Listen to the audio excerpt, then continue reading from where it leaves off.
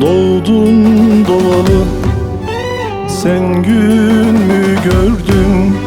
Yaktılar seni, yaşarken öldün. Kaç kez düştün kalktın hayat yokuşunda, kaç kez yara aldın dertler durağında.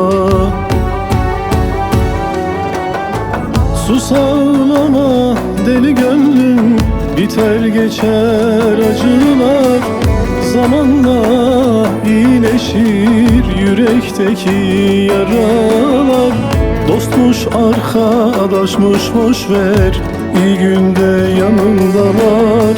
Bir tek ana var sana, gerisi yalan ağlar. Sus ağlama deli gönlüm, biter geçer acılar. Zamanla iyileşir yürekteki yaralar. Dostmuş akrabaymış boşver, iyi günde yanındalar. Bir tek ana var sana, gerisi yalan ağlar.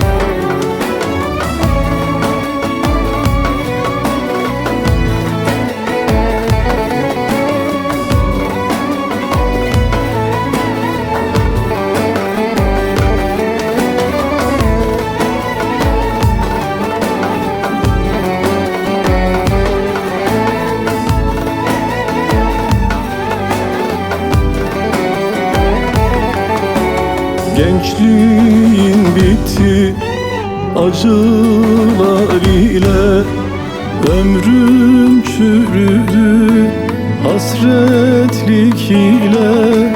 Kaç kez düştüm kalktım hayat yokuşunda, kaç kez yara aldım dertler durağında.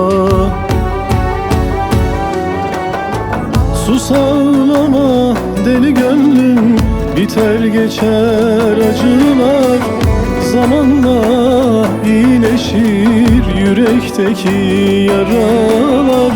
Dostmuş arkadaşmış boşver, iyi günde yanındalar. Bir tek ana var sana, gerisi yalan ağlar. Sus ağlama deli gönlüm, biter geçer acılar. Zamanla iyileşir yürekteki yaralar. Dostmuş akrabaymış boşver, iyi günde yanındalar.